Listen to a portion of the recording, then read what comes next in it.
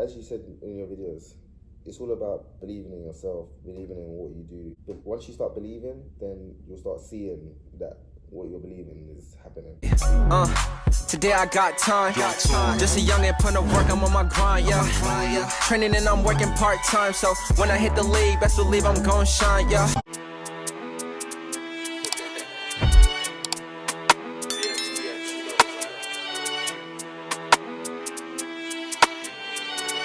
Yo, miss me with a BSPS, the streets still call man TX. This B ain't BX, B is barking, it's barking, man. We out here in Chattanooga with my boy Monts, about to go get something to eat. You want to go up and down on the drip once. We do these things out here, you feel me? We don't play footballers or whatever, we come drippy. It's lifestyle. Goes, invest in press and prosper the doctors. Yo, so tell us, what's the story over here, bro? So when I was playing USL League 2 at Chattanooga Red Bulls, we would stay in those apartments there, around the corner from the training ground and playing ground. USL League 2 is for college players mainly. It's a league that is well recognised, and yeah, it's a lot of pro teams have sub teams in the USL League 2 with youth players and like under 23s and stuff like that. But it's a good way to get seen and it's good exposure. I got love for the olders, but they never put me on. Bright lights on my face, they are not neon. One cat called Wayne, but he's not Tion. One big feature, could have put T on. I said, fuck that, I'm trying to put me on. Told bro. Right, so I'm here with my boy Monts. You know what I'm saying? It's been an awesome weekend being out here in Tennessee Wesleyan University. It's been really fun. It's coming to an end. It's been amazing insight into the life of a college football player, you know, seeing what he does throughout the day, you know, how he goes about it and the challenges that come up with being a student athlete. I wanted to ask you a few questions, seeing what you're going through in your life. Everyone knows that we met in London, but they don't know your story. So yeah, let me know about how you grew up. Yeah, no, I grew up in London. You know, I started playing when I was 6. I used to play little tournaments, and then that's when I ended up signing for West Ham from when I was really young. Then I was there for a bit, about 4 years. Then I moved around clubs, was playing Sunday League into college, sixth form. I was playing at Barking Abbey, and through there we went to IMG, played at IMG, played at Dallas Cup, and so through that I got opportunities to talk to schools, and then I ended up coming out here. I didn't want to stay in England because I didn't want to play like semi-pro, and I wanted to get a degree at the same time. So I thought about it and I said, yeah, this is probably what I should do. That's what I went for. How old are you? I'm 23 now. 23. Yeah, so you've been playing football for how long? 17 years probably. What's your favourite team? I support Arsenal. Man's an Arsenal supporter. Yeah, we're struggling. No, we're joking.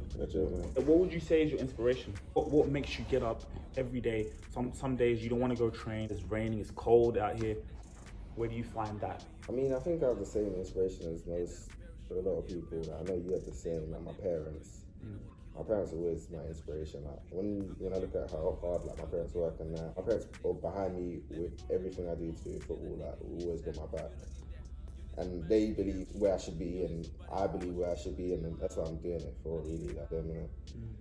So I can make them live good. You know what I'm saying? Like you said the other day, you know what I'm saying? Get in the house, get them what I can. But Mom, here you go. And my sister as well. Can't forget my sister. Yeah. Those three are everything I do is for them. You are the one for me. You are the one for me. I can definitely emphasize with you having supportive parents when you're chasing your dream, you know, and I've met Montel's family, auntie and uncle. We'd sometimes go there after training. Yo!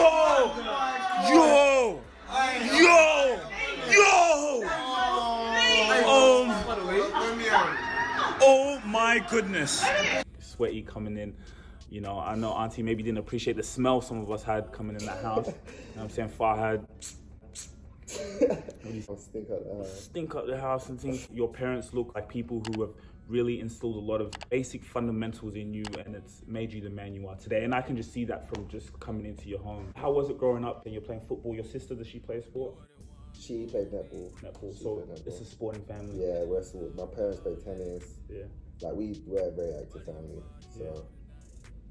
Shout out to the family, you know, all the way in the States. But what's the biggest obstacle you faced over the past few years, football-wise? Like finding teams and coaches, they want, in America, I found out a lot that they want these players that play for these teams, and these players, they get excited by hearing teams, which is, it's so silly. Like, I've seen guys that play for Sevilla, play for Villarreal, and they're getting picked up by these teams, and you see them play, and you're like, it doesn't matter who you play for. Like. All right, so Montel, what I wanted to ask you is, I can see here you're a star player. You scored many goals. I got fire and smoke. This ain't no joke. I got tired of being broke. I'm in this 4-door trying to scope this grow. I'm through the window and blow this smoke, cause bro don't want his mum on him for crow. I just got stopped 2 times in a row where they feds or fans I don't even know. I flagged this BBK's my home, my ting from barking and I. You guys won a championship, is that correct? Yeah, conference championship. How many goals did you score from the season? Last season I think I scored 6 goals.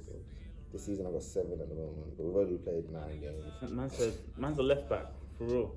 What I want to ask you is, how important or how significant would you say the mental part of football is? Or, as I said, even in life, but in football, how important would you say it is? As you said in your videos, it's all about believing in yourself, believing in what you do, and that also comes from practicing what you do.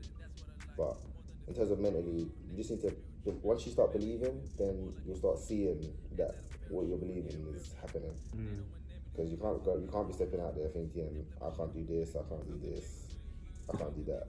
You need to think you can do it, and then you're gonna do it. My confidence comes from my preparation, because there isn't anything that I haven't done for my position 100 times. I practice things every single day. I practice cutting in, I practice this side, that side. So when it comes to the games, it's just a matter of doing that drill. Yeah. I'm seeing the guys, I'm seeing cones. Gotta get this bread if you wanna make it happen.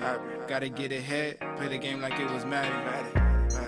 Just another day in Athens. Just another day in Athens. Just another day in Athens. I've been all across the map, different coaches. Yeah. I'm seeing cones, I'm cutting through the cones. Swoop. I swear, like, it all just comes from training, and you just do what you've been training to do. Yeah.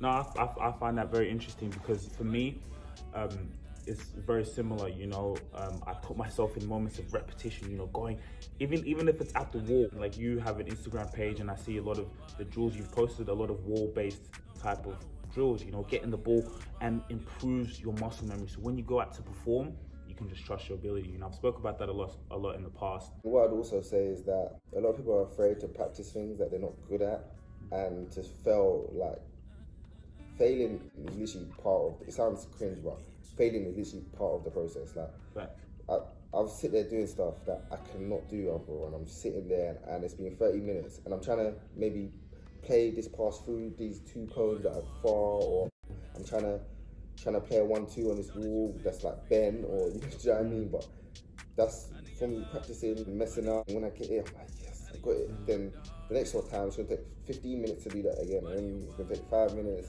And then now I'm doing it, and that's easy. And that's not gonna happen if I'm doing stuff that I know how to do. I'm not gonna get better like that. So, generation, I think we just love the ball. Like, we love the ball, we love playing, we love being with the guys. All about like connections, like who you know. Like, all my friends in life are through football. I don't have friends that are not through football. Like. That's good advice. We were speaking with one of our other friends, Prince. You know, he has the YouTube channel PK Football, and he was talking about on what you said in terms of how all your friends are football friends, and posted a video talking about the people you surround yourself with. How important would you say is that in your life with the people you have around you? Who you surround yourself with is so important. Like, having people around you that can push you, having people around you that aren't scared about your feelings, to tell you when you're doing something wrong, or when you're letting yourself go, like, that's so important. Because if I don't have my boys to tell me straight, like, bro, like, who cares? If you're gonna give niggas like me a goal, I'm just gonna come and punish you. 8 goals. Montel's two back-to-back L's in a row. 2 back-to-back L's. It's a life lesson. If you get complacent, life's gonna punish you. It's gonna bite you in the ass. Life's gonna punish you. It's gonna bite you in the ass. You need some real people around you to know that. Facts. Crazy how life works at times. You know, I was in Barking, I was walking, And then Fahad saw me like from the bus. Like he's one of our other friends in the group.